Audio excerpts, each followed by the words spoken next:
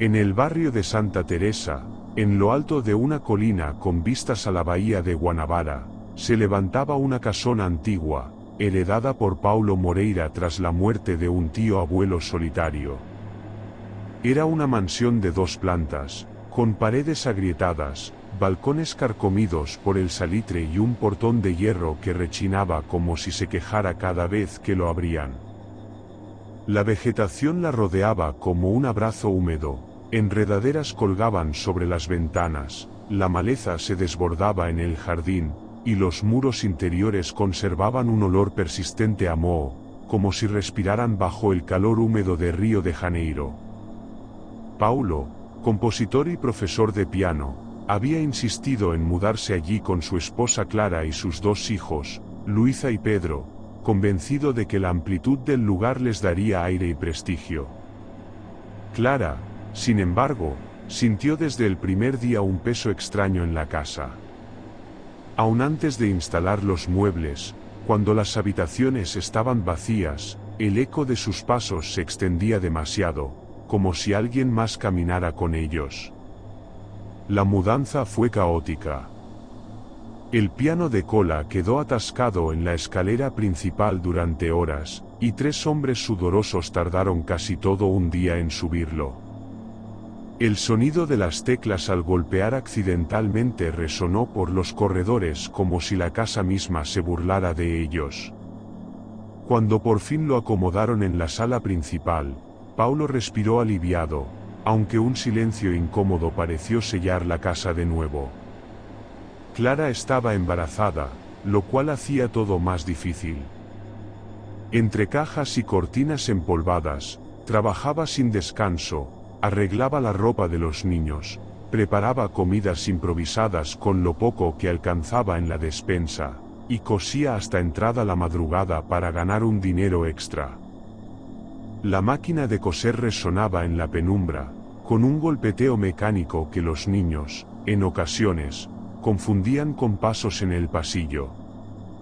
Las noches eran sofocantes. El calor carioca, mezclado con las lluvias repentinas, hacía que las paredes sudaran humedad. Luisa y Pedro tenían pesadillas recurrentes, decían escuchar gente hablando en el piso de arriba, aun cuando estaba vacío. Una madrugada, Clara despertó sobresaltada al escuchar a Pedro llorar, lo encontró sentado frente al armario del cuarto infantil, señalando la puerta entreabierta y diciendo que alguien lo había mirado desde dentro. Clara lo tranquilizó, pero al cerrar el armario percibió un olor acre, como de animal muerto. Un día, mientras Paulo componía al piano, una rata atravesó el salón. La criatura era grande, casi negra, con los ojos brillando bajo la luz de la lámpara. Clara gritó, pero Paulo, avergonzado frente a sus alumnos, intentó disimular. La presencia de roedores se volvió frecuente, se oían corretear por las vigas, entre las paredes, y algunas noches incluso se escuchaban chillidos prolongados, como lamentos humanos ahogados.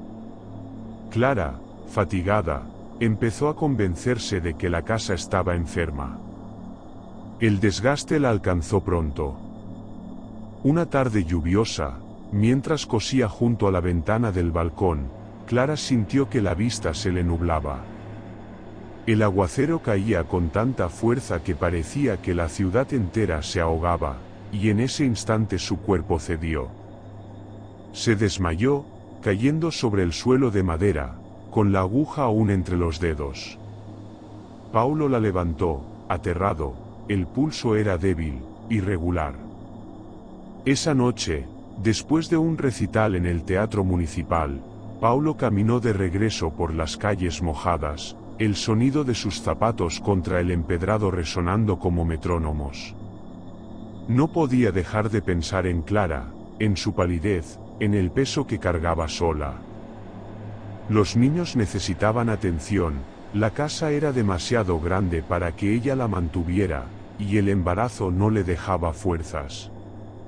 Cuando entró por el portón chirriante y vio la silueta de la casa recortada contra el cielo tormentoso, supo que debía tomar una decisión, buscar ayuda. Al día siguiente habló con Dona Mercedes, una vecina entrometida pero bien conectada en el barrio. Ella le dijo que conocía a una joven que trabajaba en un taller textil en Lapa, alguien discreta, sin familia cercana, que podría encargarse de la casa y los niños. Paulo no dudó.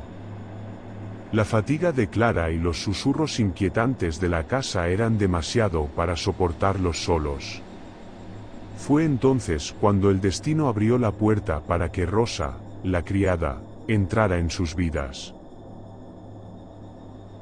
Rosa llegó a la casona una mañana de cielo encapotado, cuando la humedad del amanecer aún se aferraba a las paredes y la bruma subía desde los cerros de Río. La presentó Dona Mercedes, orgullosa de haber conseguido una muchacha obediente, trabajadora, de pocas palabras. Paulo la observó desde el portón. Era joven, de unos veintitantos, de piel morena pálida y cabello oscuro recogido de manera descuidada. Sus ojos, sin embargo, lo descolocaron, no miraban con timidez como él esperaba, sino con una calma fija, sostenida, como si midiera cada rincón de la casa desde el momento en que la vio. Clara, recelosa, apenas la saludó. El instinto materno la alertó de inmediato. Había algo en la muchacha que no inspiraba confianza. Pero necesitaba ayuda, y la fatiga en sus huesos la obligó a callar. Rosa se instaló en un pequeño cuarto del segundo piso, al fondo del pasillo. Era una habitación olvidada, con una ventana angosta que daba al jardín trasero. A Rosa pareció no incomodarle el polvo ni la humedad, limpió someramente, abrió la ventana para que entrara aire, y en cuestión de horas el espacio parecía suyo. Al principio, Rosa cumplió con sus deberes de manera impecable. Limpiaba los pisos de madera hasta que brillaban, preparaba comidas sencillas pero abundantes, y se encargaba de que los niños estuvieran vestidos y peinados para la escuela. Pedro y Luisa la miraban con curiosidad, aunque nunca terminaron de acercarse demasiado. En presencia de Rosa, se volvían extrañamente callados, como si su energía se apagara. Clara trataba de convencerse de que era impresión suya, pero no podía ignorar ciertas manías. Rosa tenía una fijación con las ratas, no gritaba ni se sobresaltaba al verlas correr, sino que las atrapaba con una rapidez inquietante, como si supiera dónde aparecerían. Un día, Clara la sorprendió escondiendo una de esas ratas en una caja rota bajo la escalera. Cuando le preguntó qué hacía, Rosa solo respondió con voz suave: «Él me lo agradece». Clara no supo qué contestar, ni quién era él. Más tarde, Paulo notó que Rosa pasaba demasiado tiempo en el salón de música. Mientras él practicaba, ella encontraba pretextos para limpiar o coser cerca, aunque apenas se moviera. Su mirada se posaba en las teclas, en las manos de él, y después en su rostro, como si tratara de memorizar cada gesto. Paulo se incomodaba, pero también se sentía extrañamente halagado. Había en esa atención un fervor que su esposa, cansada y embarazada, ya no podía brindarle. Una noche, Luisa se despertó llorando. Dijo haber visto a Rosa en el balcón durante la tormenta, encendiendo velas negras mientras murmuraba palabras que no comprendía. Clara trató de tranquilizarla, convenciéndose de que eran fantasías infantiles, pero al día siguiente encontró restos de cera derretida en el piso mojado del balcón. Con el correr de los días, la tensión se volvió más evidente. Clara percibía que Rosa no la miraba como a una señora, sino como a una rival. Y Paulo, aunque evitaba admitirlo, empezó a sentirse atrapado en un juego extraño. Cada vez que Rosa lo rozaba al alcanzarle un paño o servirse la cena, un escalofrío lo recorría. Era como si el aire de la casa hubiera cambiado desde su llegada, más pesado, más denso, cargado de un murmullo invisible. Una tarde, al revisar la ropa recién planchada, Clara halló entre los pliegues una carta rota, escrita con torpes letras. Decía frases inquietantes: «Te amo, no me dejes sola, pronto será nuestro hijo». El papel estaba desgarrado como si Rosa lo hubiera querido ocultar o, peor aún, como si alguien se lo hubiera arrancado de las manos. Clara enfrentó a la criada, pero ésta solo sonrió con una mueca extraña y guardó silencio. Desde ese día, Clara comenzó a sentir que la casa ya no le pertenecía por completo. En las noches, mientras cosía junto a la lámpara de aceite, escuchaba pasos suaves en el pasillo, justo afuera de la habitación, y tenía la certeza de que Rosa se quedaba allí parada, observándola desde la penumbra. La lluvia volvió a caer sobre el río, arrastrando olores a tierra mojada y a hierro oxidado. En el interior de la mansión, el aire se espesaba, y Rosa parecía moverse con la naturalidad de alguien que había vivido allí toda la vida. Paulo trataba de convencerse de que era paranoia, pero el silencio profundo con el que Rosa lo miraba, la manera en que los niños callaban ante su presencia y los restos inexplicables de velas y cartas rotas sembraban en él una duda que no podía ignorar. La familia Moreira había dejado entrar a la criada. Y la casa, desde entonces, dejó de sentirse suya. El equilibrio de la casa se quebró de manera irreversible cuando Rosa confesó que estaba embarazada. La revelación llegó de forma casi teatral. Un día, Paulo notó manchas oscuras en el delantal que ella usaba para limpiar la escalera trasera. Preguntó si se había herido. Rosa lo miró con serenidad perturbadora, y sin apartar los ojos de los suyos, susurró: «E iso, seu Paulo, me filo». El mundo se le vino abajo. Paulo sintió el peso de la culpa hundirse en su pecho. No podía negar lo que había ocurrido, la soledad de sus noches, la presión constante de Rosa, la extraña fascinación que lo había doblegado. Había traicionado a Clara. Y, peor aún, el secreto ahora tenía carne y sangre. Clara lo supo poco después. Rosa, con fría insolencia, se lo dijo a ella directamente en la cocina mientras lavaba platos. «Vamos ter menino. Forte, como o senor Paulo», dijo con un tono casi victorioso. Clara sintió que el suelo se le movía bajo los pies. El embarazo propio se volvió un peso insoportable, un recordatorio cruel de que ya no era suficiente. Su rival vivía bajo el mismo techo, reclamando un lugar que no le pertenecía. La tensión entre ambas mujeres escaló rápidamente. Clara comenzó a insultarla en susurros, a vigilar cada movimiento suyo. Rosa, lejos de intimidarse, parecía disfrutar de la guerra silenciosa. Caminaba por los pasillos con el vientre apenas abultado, acariciándolo como si exhibiera un trofeo. Cuando Paulo intentaba mantener la calma, Rosa lo desarmaba con frases ambiguas: «Voce não precisa dela. Y uso que te entiende». Clara los escuchaba desde las sombras, los celos y el odio envenenándole el corazón. Una noche, tras un enfrentamiento especialmente violento, Clara perdió el control. Al encontrar a Rosa al pie de la escalera trasera, la empujó con furia. El grito de la criada resonó como un desgarrón en la madera. Cayó varios escalones abajo, golpeándose con estrépito. Paulo corrió al escuchar el ruido, encontró a Rosa llorando en el suelo, la falda manchada, pero con los ojos encendidos de odio.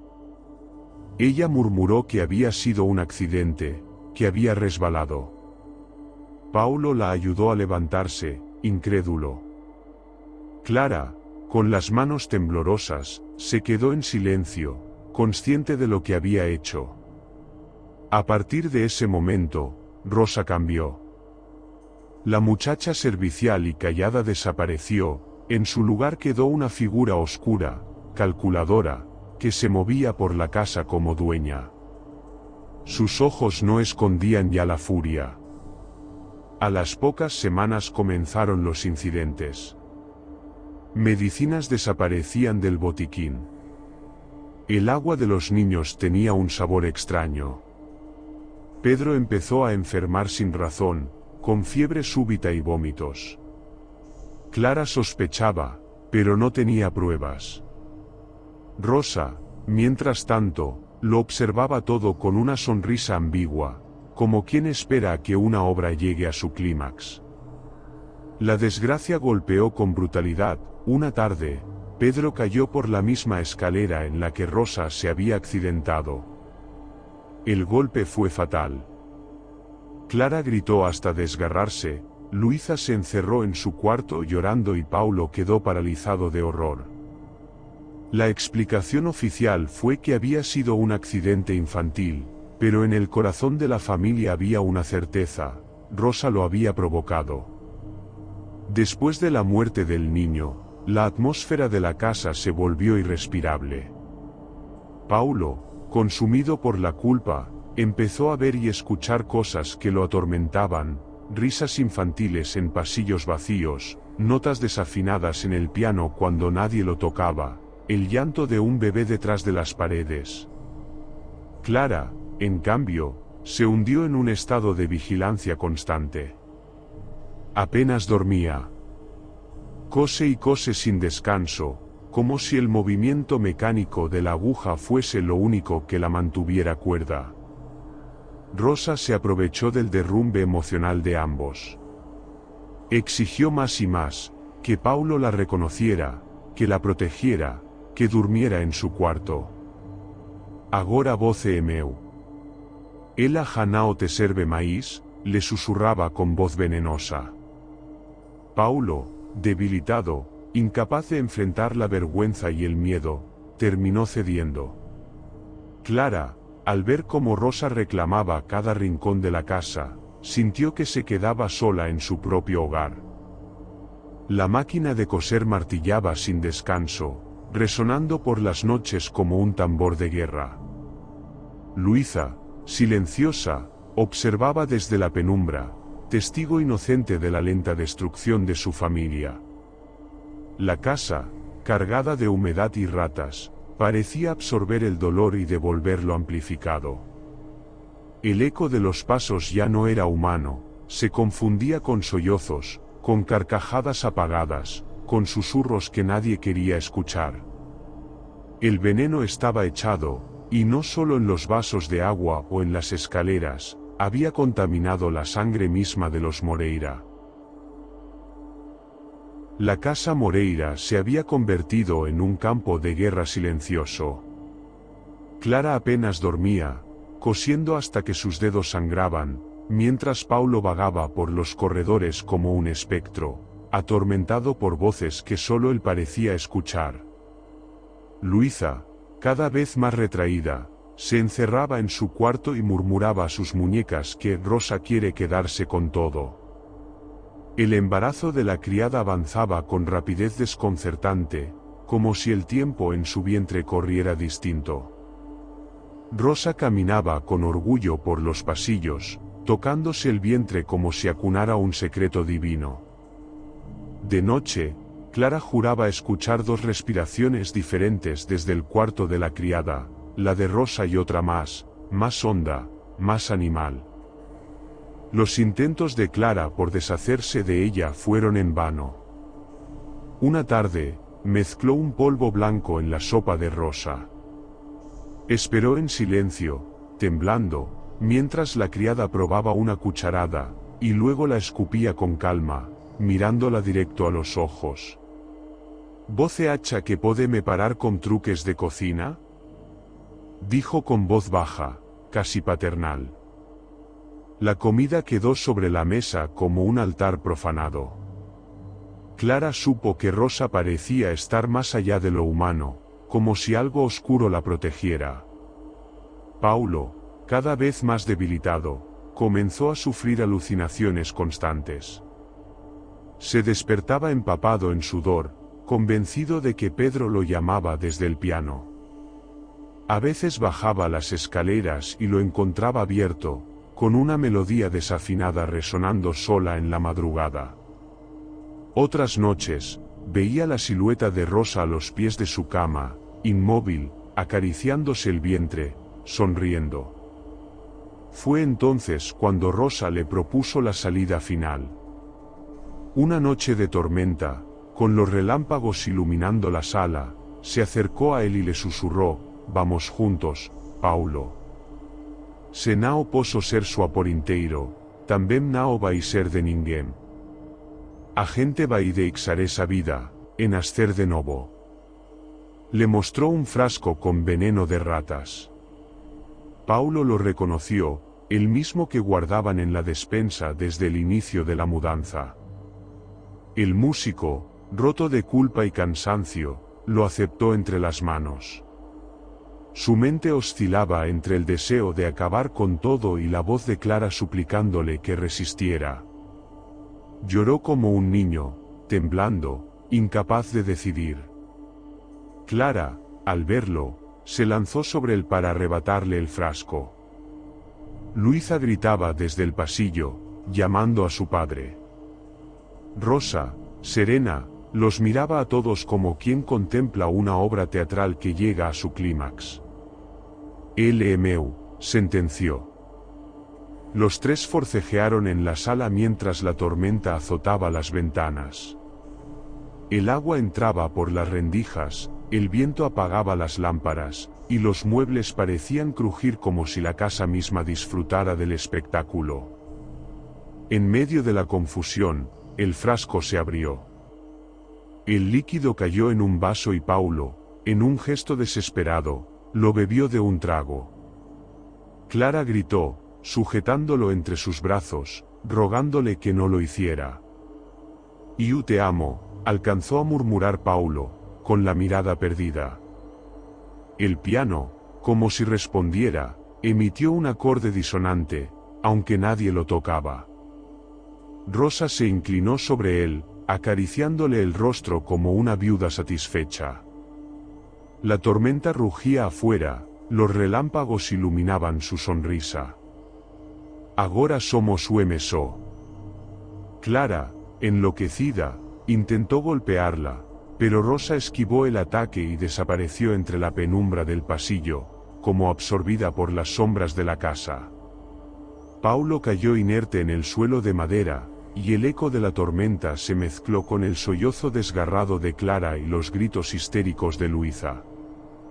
La mansión Moreira, húmeda y mohosa, había devorado a su dueño. El apartamento de la familia Carvalho quedó en pie, pero nadie quería volver a poner un pie allí.